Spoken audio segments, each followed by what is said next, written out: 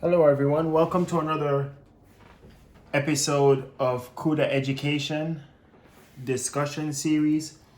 Today what I want to talk about is Vulkan API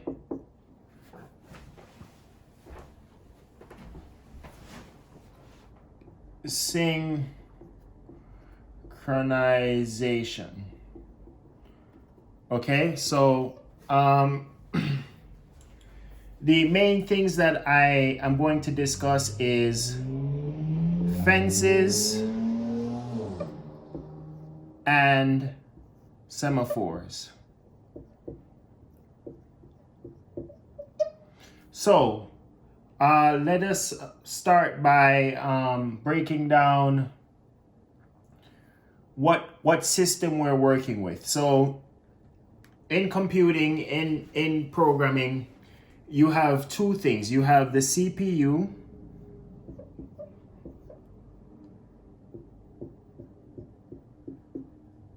and you have the GPU,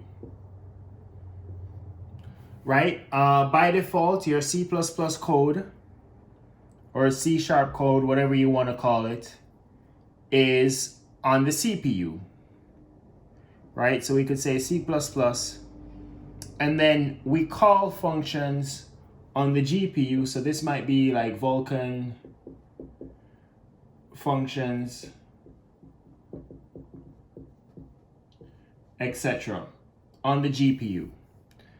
So what will happen is that, for example, in tutorial number 9, which is my latest tutorial that goes over Vulkan API synchronization, what will happen is that the source code, so let me get the source code for our application, which makes a triangle. The source code would generate the triangle within a while loop. And in that while loop, we have a draw frame function. So we have a function that draws a frame, right? So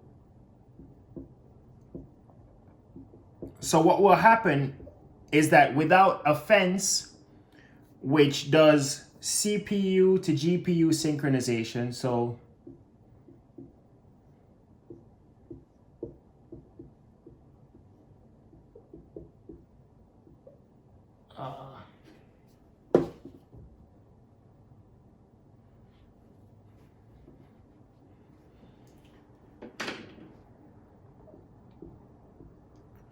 So what will happen is that the fence will do the synchronization between the CPU and the GPU. The GPU, of course, is your graphics card, whether it be your NVIDIA graphics card, your AMD graphics card, whatever you got, right? We have a draw frame function, and without a fence, what will happen is that in the while loop, we will be doing a bunch of requests to the GPU very fast, right? So we have all kinds of requests to the GPU saying, hey GPU, please draw my frame, please draw my frame, right? We flood the GPU with requests to draw the frame. Maybe with all these requests, the GPU can't satisfy all these requests quickly enough, so you might get one or two returns, but you see the amount of CPU requests as compared to GPU requests. So let me just maybe do this a little better, right?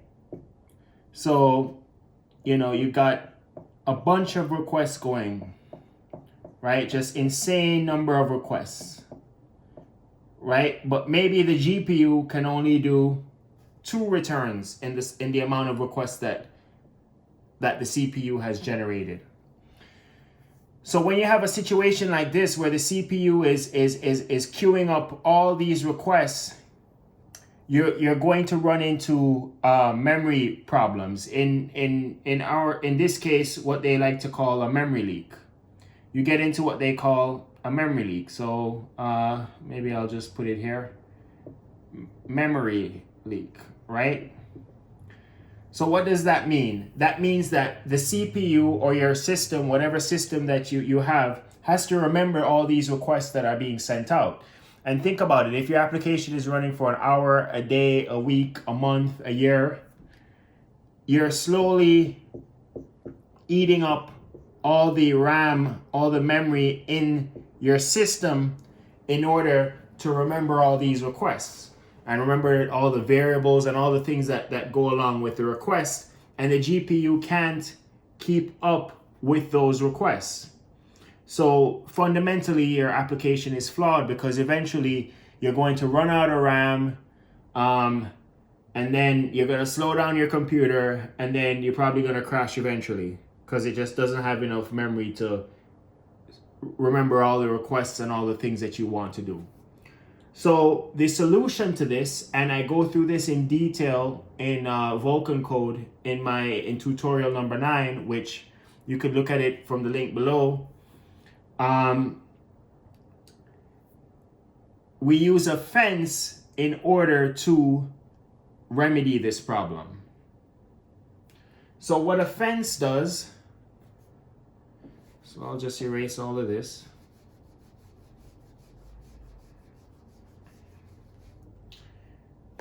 What a fence does is a fence will, in a nutshell, say, okay, we're gonna make a request to the GPU, but then we're going to wait until we get a result from the GPU. And no new requests will happen during this wait period. So during this wait period, there's no new requests, right? No new requests. So once this happens, we wait until we get a result from the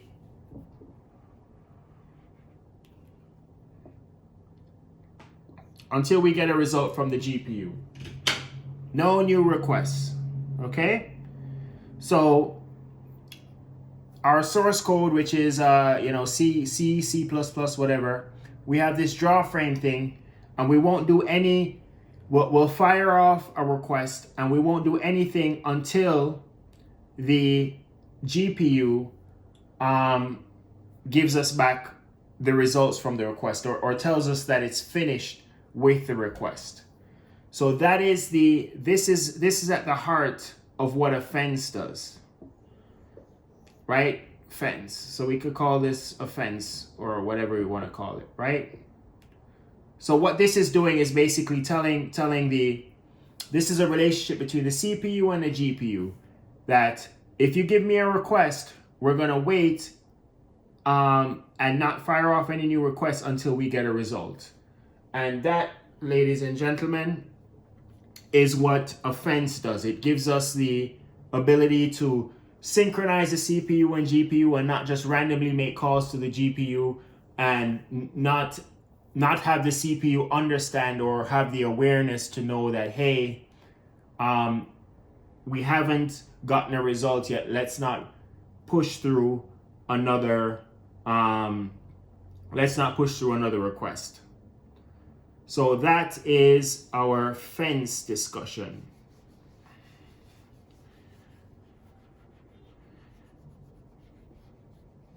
Right.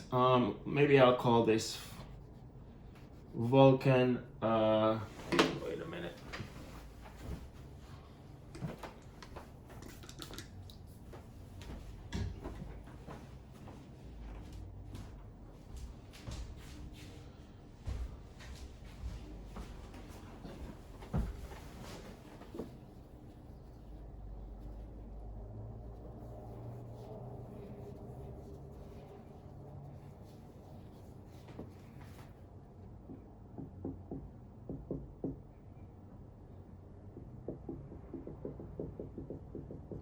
Okay, so we have our Vulkan API activity. Let's draw our dividing line once again.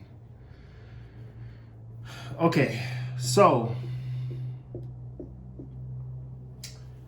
the next major thing is semaphores, and semaphores is GPU to GPU synchronization. So we're only now dealing with the GPU, and we're trying to figure out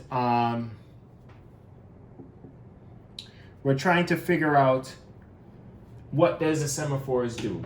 So on the GPU, you have two things that happen. On the GPU, we execute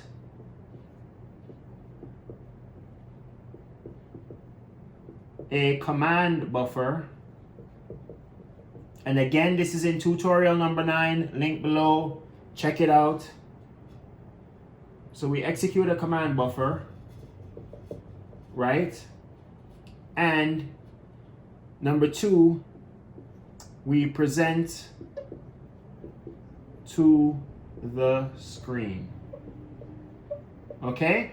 So what is a command buffer? The command buffer deals with the render pass, the sub pass, making sure that the image attachment is together, you know, combining the frame with the image, making sure that in our case it's a triangle, so making sure the triangle is filled with color, you know, preparing everything that needs to be prepared on the frame in order for it to be presented to the screen. So what we see on the screen, the colored triangle that we see on the screen, is as a result of all the instructions that the command buffer has. So the command buffer is just a record of all instructions that need to be done before and preparing the frame before it's presented to the screen. You guys remember in school where you had a book, and at the end of the book you would draw different animations on each of the pages, and then you would basically flip through the pages fast, and then you would see like a stick figure running, or a stick figure jumping, or a stick figure doing some activity, because each one of the pages, as you're flipping through them fast, you see the different frames coming on. So it's the same thing here. This command buffer is drawing all those stick figure frames, and then preparing them so that when you present to the screen, you could present all those frames, those images, one after the other. That's why in video games they say 30 frames per second, 60 frames per second, 90 frames per second. And the faster the frames per second, the more frames you have per second, is the smoother the animation is. Well, it's the same thing here. We have a command buffer that prepares each frame, and then we present to the screen. Now the problem is that number 1 has to communicate with number 2. You're not going to present to the screen before you're finished rendering all the things that you want to render in the frame, right? This has to happen first, and then that has to happen second. So what the semaphore does is say, before executing before presenting to the screen, make sure that the rendering or the command buffer is finished. And that's basically what a semaphore is. This is a GPU activity. This is on the GPU, right? So this is a GPU activity, and this is a GPU activity. So what happens is that you have a flag that says, hey, make sure that this is done before you start this. Make sure this is done before you start this. And that is all done by a semaphore. So just like how we had fences for the first one, this is the domain of a semaphore. And that's basically it, guys. 2 activities happening on the GPU, and they need to communicate with each other so that they know, they know what one is doing.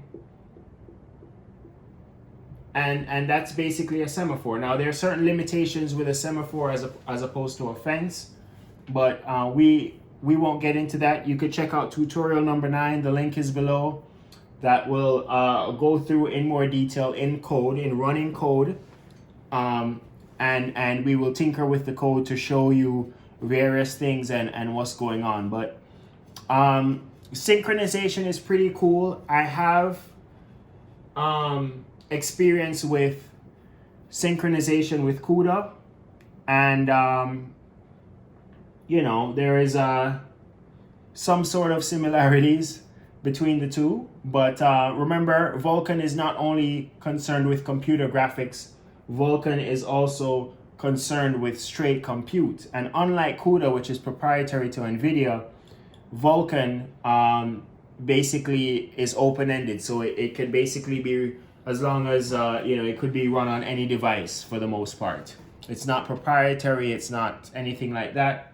So that's the difference between a fence and a semaphore. A lot of these constructs are managed through a create info sort of deal, where you outline all information that you need, and then you encapsulate it into a parameter for the function call. So for those of you who are deep into programming, will understand what I mean when I say that. But that's it, guys. Fences and semaphores, Vulkan API synchronization. There are more things, of course. There's other complex things, but this is a great start to just understand synchronization. In my parallel processing video, I had mentioned that synchronization is a very important part of parallel processing.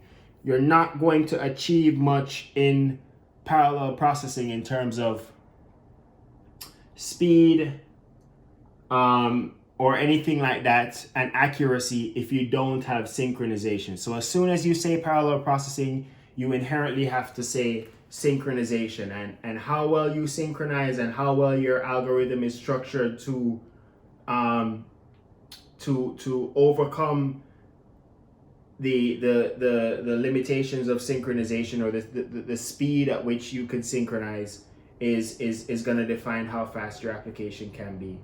So that's it, guys. Nothing else. Definitely check out tutorial number 9 in the link below. I recommend, at the very least, if you guys don't have the Vulkan API running on your Windows-based machine, that you get the source code running on your machine. Tutorial number 1 gives you a step-by-step video walkthrough on how to get the code running on your machine. And once you get the code running on your machine, I suggest you go step-by-step through the different tutorials up until tutorial number 9. Or if you just want to jump straight to this, you could do that too, because again, the code is already running on your machine. So if you choose to do synchronization first and just get to it directly, you can. If you want to do you know, discuss other topics, you can also. Again, the code is running, so it's not like you know, if you start skipping topics or jumping around, that your code is gonna break. It's just that you won't necessarily get, you know, you won't necessarily get a linear learning curve or linear path to understanding the code completely. But you know, that's all up to you. Definitely check out Cuda Education. I will continue to do tutorials on the Vulkan API and other things, and then have like a discussion video where people could kind of see on a big picture overview level what it is I'm trying to tackle in each tutorial. I think that's the best strategy, so that, you know, everyone sort of has an idea of what the tutorial will get into. But the synchronization stuff is pretty cool. I will say, now that I fully understand it, and you know, I understand fences and semaphores and really getting into the code, it's actually pretty cool. Vulkan did a good job. It's a lot of code, but I see now why they need to do a lot of code for that initial triangle. Now, once you have the triangle and you want to do other stuff, generally speaking, it's easier because everything has been set up already, number 1. And number 2, everything is so explicit that if you want to do something nuanced or something very granular or detailed or what have you, whether it be dealing with parallel processing or how certain things are handled or treated, you could do it with the Vulkan API. OpenGL has basically evolved into a situation where, you know, one function call is all that you have, and that one function call behind the scenes is calling 10 other functions, and you don't really have any flexibility or choice in how a lot of things are done. Vulkan API is built for parallel processing. I will say it again. Vulkan API is built for parallel processing, and it's also designed through the Sphere V through the Sphere V interface. It's designed to have less driver problems when it comes to launching your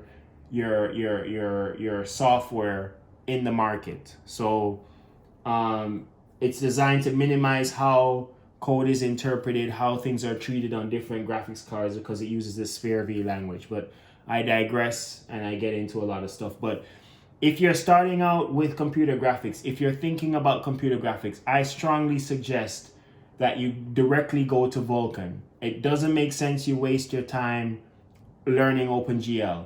Yes, OpenGL might be easier, and yes, you could achieve stuff with less code, but the less code is inherently the problem, because basically you have stuff doing stuff for you, and you really don't know how things work, and you really don't know what needs to happen behind the scenes. And the market is moving towards Vulkan. OpenGL is, I'm sure, saturated, but it's going to be a declining language. The future is Vulkan because of not only holograms, but virtual reality, augmented reality, and just straight application performance, because you're explicitly dealing with the parallelism, and you can control how the software and the hardware interfaces and what features and options and settings that you want. So time is expensive. Go and learn with what can give you a leg up in interviews, in the employment market, in everything. Vulkan is the way to go. I personally believe. I spent some time with OpenGL and I got some stuff done, but you know, I basically realized that, listen, at the end of the day, you know, putting Vulkan, learning Vulkan is putting Vulkan first is the best thing, because the future is going to Vulkan anyway. It's almost like, I would say, gas cars and electric cars, right? You wouldn't necessarily want to be learning how to work on gas internal combustion engines, not in 2020 at least. You would more want to spend time learning about electric cars, because that's where the world is going, right? It's basic common sense. So be patient. This triangle code is like 900 lines plus, you know, so you're gonna have to put in some time and energy, but the video walkthroughs are very helpful, and you will get a thorough understanding to learning computer graphics. The other thing too is that you have to also appreciate parallel processing. So I have a video talking about parallel processing, but that's also the other learning curve behind the scenes that you will have to appreciate and understand. It's not simply just one cursor that's going through your entire application. It's several things happening all at the same time. And you have to make sure it's like juggling several balls in the air at the same time. And you have to make sure that everything is dealt with properly, so that your application doesn't crash, or Vulkan doesn't complain, or, you know what I mean, X, Y, and Z. So get started on it, guys. It's a future, and it's where the world is going, and we're in the digital era, and it's happening fast. So tutorial number 9, guys, in the description below. I also have stuff on Cuda. I have stuff on I even have stuff on TensorFlow and stuff, but I think for the time being, I'm gonna hang out with Vulkan, and maybe some Cuda too on the side. But yeah, guys, have a great day, and Merry Christmas to you all too. Bye.